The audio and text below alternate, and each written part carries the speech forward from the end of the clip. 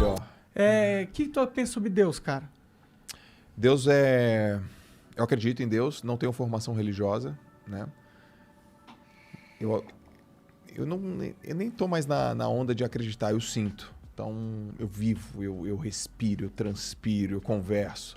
Mas o Mário Sérgio Cortella tem uma frase muito, muito bacana, assim, ó. Quando você fala com Deus é teologia, quando ele responde é psiquiatria. Mas eu converso com Deus todos os dias e acredito, sigo, me inspiro.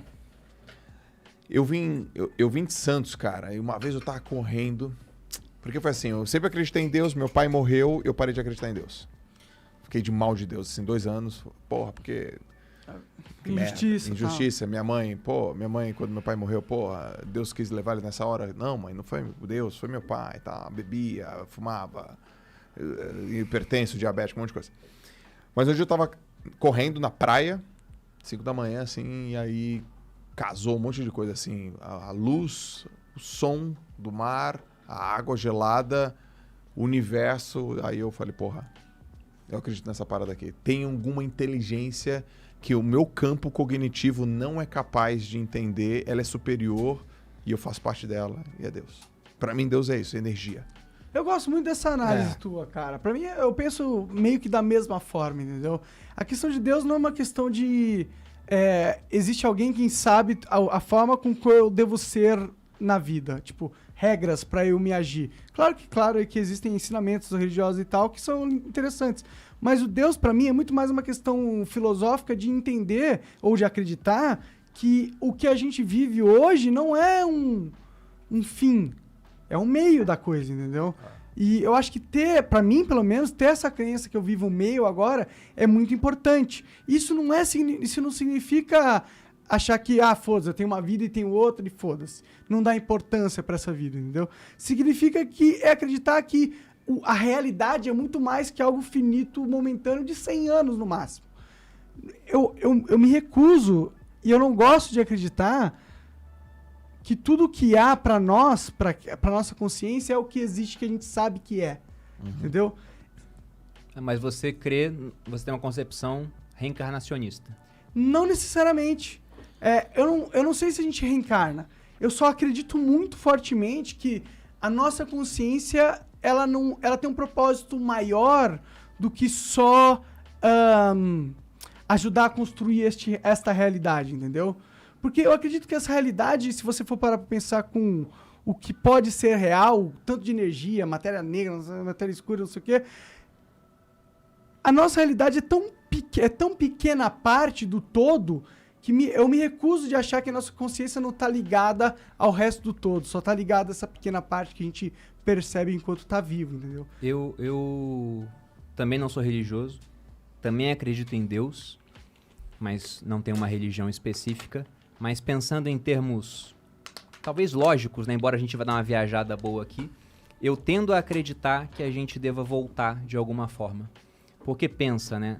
Tem muita gente que tem concepções de, você vive uma vida, viveu bem paraíso, viveu mal inferno, e é basicamente isso. Isso é quase condenar uma criança que se comportou mal no recreio à prisão perpétua. Sim, é exatamente isso. Em termos temporais. Sim. Então, como a vida não é nada mais do que uma breve pausa na antessala da morte, né, eu acho que a questão é cíclica. E aí, quando chegamos nesse tema de metaverso, eu dei uma viajada boa nisso. Porque, recentemente, eu li um livro chamado Vidas Paralelas, ou Vidas Comparadas, de um cara chamado Plutarco, que era um historiador grego, que viveu em tempos romanos, né, porque Roma dominou a Grécia, mas os gregos dominaram culturalmente os romanos. E ele sempre escrevia obras nessa coleção, onde ele comparava um grande grego e um grande romano. E eu li a obra onde ele compara Alexandre o Grande e Júlio César. E hoje eu sou agnóstico, mas eu fui espírita durante muito tempo, a minha família é espírita. Tenho seguidores, né, também, cada um de uma religião. E quando eu comecei a ler, teve um seguidor que falou, sabia que alguns espíritas kardecistas falam que tanto Alexandre quanto Júlio César quanto Napoleão eram a mesma pessoa? Eu comecei a ver, caramba, as similaridades, né? Os caras quiseram dominar o mundo conhecido, todos tiveram glória no Egito. Napoleão foi pro Egito, fazer o quê? Nada. Ele foi para lá porque a glória estava no Oriente. Napoleão dominou a França, não era francês, era da Córcega. Júlio César, romano, dominou a Gália, que era a região da França, foi para o Egito da mesma forma. Então, havia uma série de similaridades e correlação, né, causalidade, mas eu comecei a pensar, cara, é quase como um jogador de videogame que tem um personagem, o personagem morre, ele pega outro e faz exatamente o mesmo jogo. Igual você falou pra gente. O que você faria? Eu faria coisas parecidas, né? Antes das diferentes. Então, pode ser que isso aqui seja só uma realidade entre infinitas que existem, e quando você morre aqui, você volta para uma outra, até pegar um novo avatar e voltar. Isso é uma concepção até hindu. Religiões têm isso. Platão tinha essa ideia de mundos diferentes, um mundo sensível e um mundo inteligível, entendeu? Então... Pra mim isso faz todo sentido. Por isso que eu perguntei se Deus é o programador. Por que Deus ia criar uma realidade tão injusta e cruel no ponto de, consciência, ó o que existe, ó as possibilidades. Você não vai viver todas as possibilidades do que você compreende que existe. Mas você entende que existem milhares de possibilidades possíveis de consciência que você não vai ter a capacidade de explorar. Por que Deus cria uma realidade tão injusta? Onde você conhece um potencial infinito, mas tem uma limitação infinita. Porque eu não acredito que Deus ia criar uma realidade tão cruel, entendeu? Por quê? Ele não tem essa limitação de recursos como o humano pensa, que tem recurso limitado. Deus é Deus. Deus ele pode criar uma consciência que é infinita. Por que ele escolheria... dentro de todas as realidades possíveis, a mais filha da puta de todas? Mas quer dizer que ele escolheu a mais filha da puta. Essa pode ser uma de infinitas que existem. Mas é que o universo escolhe... entendi. Mas é que ao mesmo tempo... E existe também a possibilidade dele não existir, né? Também. Mas tem um ponto, ó. Já viram Matrix, né? O filme? Claro. No Matrix, inclusive o Neo no Matrix trabalha na Metacorp. Né? É um ponto interessante. No Matrix tem uma hora que ele vai começando a descobrir como é que funcionava e falam pra ele que havia uma realidade que era perfeita.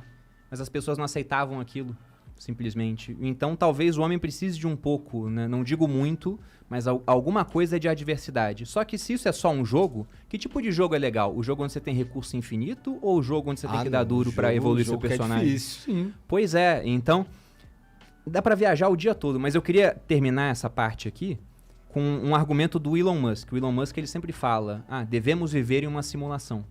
E eu li um livro que tinha um prefácio, uma parte escrita por ele, o Bill Gates recomendava, chamado Superinteligência, que eu peguei o macete do livro aí com o Joel, né? Vi o Joel lendo, eu falei, miserável, vai desenvolver uma superinteligência, eu vou fazer a mesma coisa. Aí peguei o livro, só que o livro é escrito por um filósofo sueco chamado Nick Bostrom, e ele começa a ter ideias em cima da seguinte concepção, que você falou aqui no episódio. Uma hora você vai ter algoritmos mega inteligentes desenvolvendo outros algoritmos melhor do que o melhor humano. Ele falava que nessa hora nós chegaríamos numa singularidade, uma inteligência suprema, absoluta. A gente estaria criando, através de um programa... Um Deus. E talvez esse Deus olhasse pra gente e não visse tanta utilidade assim no ser humano. Então ele falava, como se proteger desse poder supremo? Aí o que ele dizia, uma das vertentes, coloque essa inteligência suprema dentro de um mundo à parte. E como ele é muito inteligente, cubra com outras camadas de realidade até que ela nunca consiga chegar na nossa realidade. Aí ele chega na hipótese da simulação e diz o seguinte, mas se já existiu uma única sociedade no universo, pode ter tido muito mais, que chegaram a esse ponto tecnológico de poder fazer isso. E aí você tem a criação de infinitas realidades e nós vivemos em uma apenas. Qual é a chance de que a nossa realidade seja a realidade de fato e não uma simulação de uma outra realidade? A chance é de 1 dividido por um número que é infinito, não para de crescer. Então a chance que isso aqui seja o plano real e único, nessa hipótese, é 0. Tende a 0. Entendeu? É bem pequeno. É, ridiculamente pequeno. Eu tendo a concordar com essa visão. O que vocês acham? Passa a maconha pro Thiago e ele vai dar o opinião. Caralho, a cara do primo tá... primo já tá no Japão já. A minha visão é muito diferente da do Thiago quanto a isso.